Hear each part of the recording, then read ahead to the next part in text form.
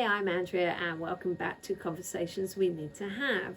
We are a sex and relationship podcast where we encourage you to be bonobos, not chimpanzees, be lovers, not fighters. Today we are tackling a big one: body image, self-talk, and self-compassion. Here's the thing: most of us at some point have looked in the mirror and thought, ugh. Maybe it's self-criticism, self-hatred, self-denial, or just that relentless inner voice saying you should be thinner, fitter, sexier, better. And all of that is the opposite of self-acceptance. The cost of staying in that mindset is high. Low self-esteem, depression, anxiety, even hiding our bodies or denying ourselves pleasure. And yes, it spills over into our sex lives, because if your brain is busy criticizing your thighs, it's not in the mood for an orgasm. A study shows that women who have a poor body image and are very critical of themselves were found to have lower sexual desire, distracted thoughts during sexual activity, leading to the orgasmic flow being disrupted, which then activates the no-no circuit in the brain rather than the go-go circuit. We need to turn off the negative chat and be more self-affirming and accepting of who we are, both sexually and in our everyday lives. So, what's the antidote? Self-worth, self-love, confidence, compassion. In short, treating yourself like someone you actually care about. Know your worth, loving yourself unconditionally, living your truth and being your authentic self, being confident and living mindfully. That starts with flipping the script. Let's go off the shoulds. I should be sexy. I should go to the gym. I should look like that influencer. And accept that here and now you are open to receiving pleasure in your life. Most women and some men are painfully aware of the way they criticize their bodies, but they are not always conscious of the why. Let me shed some light on the matter. We are often influenced by society, culture, media, and even family, peers, and religion. They've been feeding us scripts since childhood, some positive, but some not so, such as, you're pretty, but you're not that smart. You're our chubby child. You've got brains, but not brawn, and so on.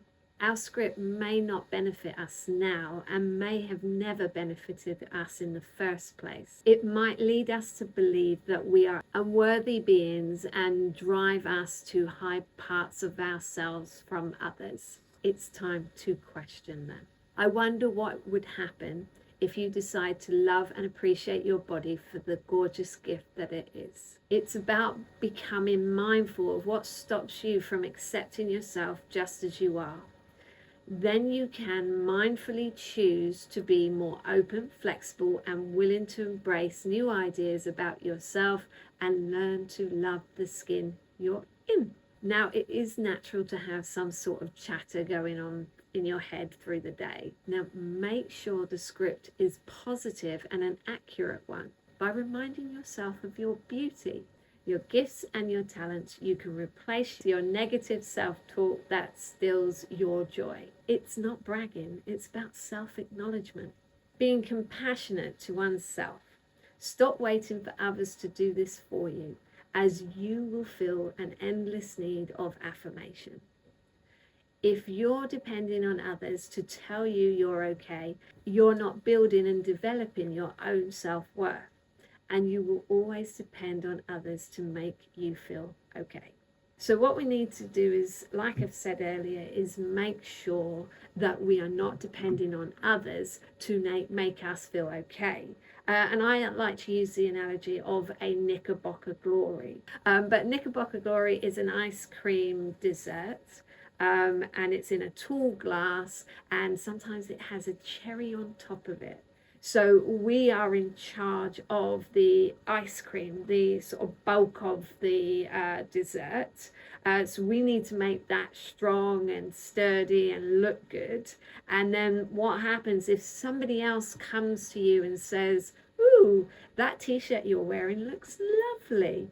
Actually, that's a cherry. You didn't need it, but you're going to take it. So that's the cherry on the Knickerbocker glory. And if someone comes to you and says, "Oh, I don't like that t-shirt you're wearing," that's okay. Your Knickerbocker glory is built so well that you're able to give that back to them and just go, "Hey, you know what? That's your problem, not mine." Okay, and that's why I use the analogy of a Knickerbocker glory, because it gives you a really good idea of the work you need to do to make yourself okay, and then anything that comes from outside that is just a cherry on top. We don't depend on it, we don't need it, but hey, we're going to take it. So what can we do to move away from these negative thoughts to have more positive mindset?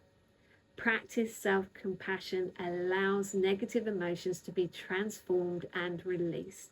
Compassion needs to start with us and then extend to others. We need to treat ourselves as we treat a friend, with compassion, non-judgment, kindness, and full acceptance. You wouldn't bully your friend, so stop bullying yourself. And yes, self-compassion takes practice. Here are some ways of practicing self-compassion. Wrap yourself in a self-hug. Less self-criticism, more resilience, and great self-acceptance. A few tools that we can use on being kinder to ourselves and more positive. Okay, a few tools that we can use to be kinder to ourselves and more positive. A loving kindness meditation and a fuck you exercise. I go into more details regarding these exercises on my TikTok and in separate podcast episodes. At the end of the day, self-compassion is not self-indulgence, it's survival. Stop waiting for others to tell you you're enough. Build your own Knickerbocker glory of self-worth.